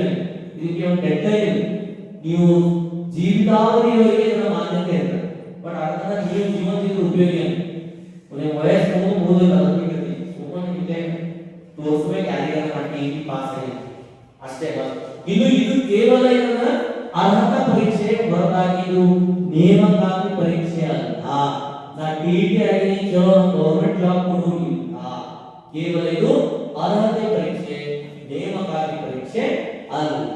ಇದು ಕೂಡ ಸರಿಯಾಗಿ ಗಮನದಲ್ಲಿ ಸ್ನೇಹಿತರೆ. ಈ ಉತ್ತರಗಳೆಲ್ಲ ಪ್ರಕಟಣೆಯನ್ನ ಮಾಡ್ತಾರೆ. ಈ ಆಕ್ಷೇಪಣೆಗಳನ್ನ ಸಲ್ಲಿಸಬೇಕಾದ್ರೂ ಕೂಡ ಇಲ್ಲಿ ರಿವ್ಯಾಲ್ಯೂಯೇಷನ್ ಅಂತ ಇರೋದು, ಹೌದಾ, ಅಬ್ಜೆಕ್ಷನ್ ಹೇಳ್ತಾರೆ. ಆಕ್ಷೇಪಣೆ ಸಲ್ಲಿಸಬೇಕು ಅಂದ್ರೂ ಕೂಡ ಯಾವುದೇ ವಿಷಯದ ಯಾವುದೇ ಉತ್ತರದ ಸರಿಯಾದ ಅಥೆಂಟಿಕ್ ಅಂದ್ರೆ ಸಂಬಂಧಿಸಿದ ದಾಖಲೆಯನ್ನು ಹಂಚಬೇಕು. ಸಂಬಂಧಿಸಿದ ದಾಖಲೆ ಅಂದ್ರೆ ಕಡ್ಡಾಯವಾಗಿ ಕರ್ನಾಟಕ ಪಠ್ಯಪುಸ್ತಕ ಮಂಡಳಿ ಅದು ರಚನೆ ಆಗಿರುವ ಪಠ್ಯಪುಸ್ತಕದ ಮಾಹಿತಿನೇ ಇರಬೇಕು. ತಿಳಿತಾ? ಒಂದು ವೇಳೆ ಅವರಿಂದಲೇ ಏನಾದರೂ ತಪ್ಪುಗಳಾದ್ರೆ ಅದಕ್ಕೆ ಹೆಚ್ಚು ಗ್ರೇಸ್ ಮಾರ್ಕ್ಸ್ ಕೊಡ್ತಾರೆ. ಬಟ್ ಇತ್ತೀಚೆಗೆ ಅಂತ ಸಾಧ್ಯತೆಗಳೆಲ್ಲ ಇಲ್ಲ. ಸೊ ಹೀಗಾಗಿ ನಿಮಗೆ ಏನೇ ಆಕ್ಷೇಪಣೆಯನ್ನು ಸಲ್ಲಿಸಬಹುದು, ಆಯಾ ಸಮಯ ಇರೋದು ತುಂಬಾ ಇದೆ. ಸೊ ಈ ರೀತಿಯಾಗಿ ಟಿಇಟಿಗೆ ಸಂಬಂಧಪಟ್ಟಂತ ಒಂದು ಸಂಕ್ಷಿಪ್ತ ಮಾಹಿತಿಯನ್ನ ನಿಮಗೆ ಇಲ್ಲಿಯವರೆಗೆ ನಾನು ವಿವರಣೆಯನ್ನು ಮಾಡಿದ್ದೀನಿ. ಹೆಚ್ಚಿನ ಮಾಹಿತಿಗಾಗಿ ನೀವು ನನ್ನ ಮೊಬೈಲ್ ಸಂಖ್ಯೆ 78292040ಗೆ ಸಂಪರ್ಕಿಸಬಹುದು, ಅಥವಾ ನಮ್ಮ ಟಾರ್ಗೆಟ್ ಟಿಇಟಿಯ ವಾಟ್ಸ್ಆಪ್ ಗ್ರೂಪ್ಗೆ ಜಾಯಿನ್ ಆಗಬಹುದು, ಅಥವಾ ನಮ್ಮ ಯೂಟ್ಯೂಬ್ ಚಾನಲ್ PS ಮೋಟಿವೇಶನ್ ಚಾನಲ್ಗೆ ಸಬ್ಸ್ಕ್ರೈಬ್ ಆದರೆ ಮುಂದೆ ನಿಮಗೆ ಎಲ್ಲ ಮಾಹಿತಿಗಳು ನಿಮಗೆ ಸಿಗ್ತವೆ. ಇಷ್ಟಾದ್ಮೇಲೂ ಕೂಡ ನಿಮಗೆ ಯಾವುದೇ ರೀತಿಯ ಸಲಹೆಯ ಅವಶ್ಯಕತೆಗಳಿದೆ, ಯಾವುದೇ ರೀತಿಯ ಸಂದೇಹಗಳಿಗೆ ಅವಶ್ಯಕತೆ, ಆ ಸಂದೇಹಗಳು ಇದ್ದರೆ ದಯವಿಟ್ಟು ತಾವು ನನ್ನನ್ನು ಯಾವಾಗಲೂ ಕೂಡ ಸಂಪರ್ಕಿಸಬಹುದು ಅಂತ ಹೇಳ್ತಾ, ತಾವೆಲ್ಲರೂ ಈ ಈ ಶಿಕ್ಷಕರ ಅರ್ಹತಾ ಪರೀಕ್ಷೆ 2025ರಲ್ಲಿ ಎಲ್ಲ ವಿದ್ಯಾರ್ಥಿಗಳು ಅರ್ಹತೆಯನ್ನ ಪಡೆಯಲಿ ಎಂದು ನಾನು ಆ ದೇವರಲ್ಲಿ ಪ್ರಾರ್ಥನೆಯನ್ನು ಮಾಡುತ್ತಾ ಮತ್ತೊಮ್ಮೆ ನಿಮ್ಮೆಲ್ಲರಿಗೂ ಈ ದೀಪಾವಳಿ ಹಬ್ಬದ ಶುಭಾಶಯಗಳನ್ನ ಹೇಳ್ತಾ ನಿಮ್ಮ ಬಾಳಿನಲ್ಲಿ ಶಿಕ್ಷಕರ ಅರ್ಹತಾ ಪರೀಕ್ಷೆಗೆ ಅರ್ಹತೆಯನ್ನ ಪಡೆಯುವುದರ ಮೂಲಕ ಹೊಸ ಬೆಳಕು ಮೂಡಲಿ ಎನ್ನುವ ಆಶಯದೊಂದಿಗೆ ನಾನು ಈ ಒಂದು ಪಾಠಕ್ಕೆ ಇಲ್ಲಿಯೇ ವಿರಾಮವನ್ನ ನೀಡ್ತೇನೆ. ಎಲ್ಲರಿಗೂ ಕೂಡ ಧನ್ಯವಾದಗಳು. ನಮಸ್ಕಾರ.